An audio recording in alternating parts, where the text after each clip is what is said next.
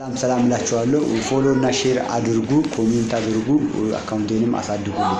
ባለፈው ክፍል አንድ የኢየሱስ ሥጋ መሬታዊ አይደለም። የኢየሱስ ክርስቶስ ከበስባሿ ከሟቿ ከማርያም አይደለም።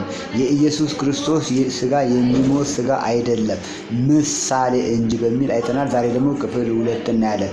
የኢየሱስ ሥጋ አሁንም መሬታዊ አይደለም። የማርያም መሬታዊ ነው። የማርያም አዳማዊ ነው። የአዳም ሥጋ የሞተ ሥጋ ሙት ሥጋ ነው። የኢየሱስ ሥጋ ሰማያዊ ነው፣ ሕይወት ነው። እኔ ሕይወትም መንገድም እውነትም ነኝ ብሏል። እስቲ እናንብብ መጽሐፍ ቅዱስን። ኢየሱስ ክርስቶስ በሥጋ እንደመጣ የሚታመን መንፈስ ሁሉ ከእግዚአብሔር ነው። ኢየሱስ ክርስቶስ በሥጋ እንደመጣ የማይታመን መንፈስ ሁሉ ከእግዚአብሔር አይደለም። ይህም የክርስቶስ ተቃዋሚ መንፈስ ነው። ይህም እንዲመጣ ሰምታችኋል። አሁንም እንኳን በዓለም አለ።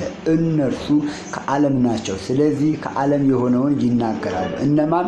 ኢየሱስ ክርስቶስ ከመሬት ነው፣ ሥጋው ከማርያም ነው የሚሉ ሰዎች የዓለምን ነገር ነው የሚናገሩ። እነሱም ከዓለም ናቸው፣ የኢየሱስንም ሥጋ ከዓለም ነው ብለው የሚናገሩ፣ ከመሬት ነው ከማርያም ነው ብለው የሚናገሩ፣ ቃል ሥጋ አይደለም ብለው ከሰማይ አይደለም ብለው የሚናገሩ እነሱ ከዚህ ዓለም ናቸው።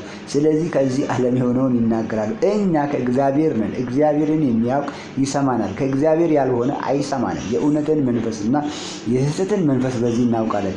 አንደኛ ዮሐንስ ምዕራፍ 4 ቁጥር 2-3 አንደኛ ዮሐንስ ምዕራፍ 4 5-6 ኢየሱስ ክርስቶስ በሥጋ አልመጣም አልመጣምም አላለም።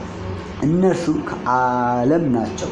የኢየሱስ ሥጋ ከዓለም አይደለም። እነሱ ከዓለም ናቸው፣ የዓለሙን ይናገራሉ። እኛ ከዓለም አይደለንም። ኢየሱስም ከዓለም ከመሬታዊ አይደለም።